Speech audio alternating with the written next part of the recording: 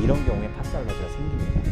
안녕하십니까, 명쾌한만 구독자 여러분, 이지영 한의사입니다. 제가 지난번에 한랭 알러지에 대한 걸 찍었어요. 한랭 알러지 복습 한번 해볼까요? 뭐 때문에 그렇다고요? 속에서 이 체온을, 갑자기 추워진 체온을 유지하기 위해서 혈액을 쫙 보내줘야 되는데 그 혈액이 그러니까 너무 부족해서 올 게 없거나 아니면은 올릴 거는 있는데 너무 걸쭉해지거나 그래서 압력이 세게 걸려야지만 오는 경우에 생기는 과민 반응입니다. 그렇기 때문에 항상 몸을 좀 따뜻하게 해주는 게, 내부부터 따뜻하게 해주는 게 중요하다고 했는데요. 사실상 요것과 똑같은 맥을 하고 있는 질환이 있습니다. 파스 알러지라고 하죠. 그래서 여러분들이 파스 알러지 하면은 예를 들어서 어디가 안 좋아서 아대 같은 걸 차고 나면 그 주변이 빨갛게 돼버려요. 이런 분들도 있고, 그래서 막 간지러서 긁고 나면은 막 거기 염증 생기고 이런 게 반복되는 분들이 있습니다. 그래서 접촉성 피부염이라고도 하고요. 왜 보면은 그 실리콘 같은 거 이런 걸로 발가락 같은 교정하는 링 같은 거 끼우는 분들 있죠. 그런 분들도 있고, 어떤 성형수술이나 이런 것 때문에 보형물 같은 거 넣는 경우 있죠. 그런 경우에도 분명히 괜찮았었는데 안 좋아지는 경우가 있단 말이에요. 그런 경우에 왜 생기는지, 그 부분에 대한 거를 이 파스 알러지라고 하는 대표되는 이 명칭으로 제가 오늘 설명을 한번 해드리려고 합니다.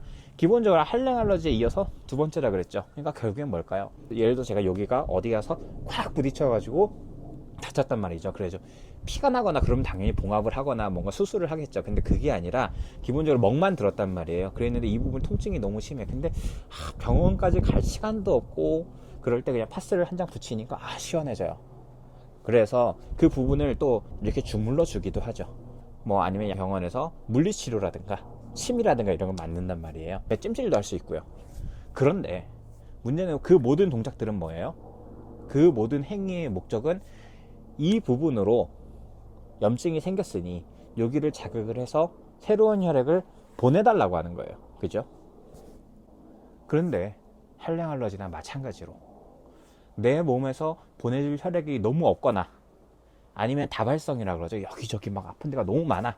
그래가지고 파스를 막 덕지덕지 막 여기저기 막 붙여서 여기다 보고 저기다 보고 여기다 보고 다 표시를 했어요. 이런 경우, 내지는 몸 자체에 너무 부종이 심해서 혈액들이 지나다닐 통로가 다 압박이 되어 있는 경우가 있을 수 있습니다. 이런 경우에 파스 알러지가 생깁니다. 그렇기 때문에 이거는 간혹가다 어떤 분들은 그래요. 내가 컨디션 좋을 때 붙였던 파스는 이거 괜찮은데 너무 안 좋을 때 좀 센 파스를 붙였더니 막 올라왔다가 센 파스 이거 되게 안 좋다고 막 이렇게 얘기하는 분들도 계시는데요. 그게 아닙니다. 보통 내 몸의 컨디션이 훨씬 더 떨어져 있을 때 파스 알러지는 생길 가능성이 훨씬 높습니다. 저 같은 경우만 해도 보통 파스 붙인다고 해서 전혀 부작용 없거든요. 근데 최근에 한번 달리기를 좀 열심히 하다가 무릎을 다쳤어요. 무릎을 다쳐가지고 그 부분에다가 파스를 붙였더니 땡땡 붓기 시작하면서 막 간지러우면서 난리가 난 거예요. 그래서 파스 붙인 자국만큼 딱 빨갛게 일어나 버린 경험이 있습니다. 그래서 그게 가라앉는데 거의 한 일주일 넘어 걸렸던 것 같아요. 일주일 넘어 걸렸는데, 여기는 혈액이 제대로 못 와서 생기는 부분이기 때문에 기본적으로 어떻게 해야 될까요? 따뜻하게 해서 혈액이 많이 공급되게끔 해주는 게 좋은데, 문제는 외부에서 자극을 너무 세게 했단 말이에요. 그래서 외부 쪽으로도 막 피부가 막 일어나 있는 상태예요. 과항진되어 있는 상태이기 때문에 이런 경우에는 사실상 따뜻하게 해주는 것만으로 가라앉지 않는 경우가 있습니다. 그래서 따뜻하게 해도 안 되고 또 너무 차갑게 해도 안 되고 이래가지고 뭐 이런저런 치료를 해보다가 오시는 경우가 있는데, 이런 경우는 기본적으로 복부 쪽에서 혈액 공급량을 늘려주고 면역 기능을 올려주는 치료를 해주게 되면, 그거는 지금 당장 올라왔는데 그걸 언제 하고 있어요? 라고 생각할지 몰라도 내 몸의 염증이라는 건 결국에는 내 몸의 이 체간이라고 하는데, 몸통이라고 하는데, 이 부분에서 결국에는 다 혈액을 통해서 해독을 해서 보내주는 거기 때문에요. 의외로 빠른 속도로 알러지 증상들이 감소할 수 있습니다. 이게 왜 다 남들은 다 괜찮은데 왜 나만 그럴까? 우리 가족 뭐 아빠도 붙이고 엄마도 붙이고 했는데 왜 아빠는 괜찮은데 엄마만 생길까? 이게 컨디션이 떨어졌을 때 생기는 부분들이 있을 수 있습니다. 여성분들 같은 경우, 예를 들어 생리 때나 이럴 때 같은 경우 파스를 붙이고 나면 유독 이제 알러지가 올라온다고 하는 분들도 있을 수 있고요.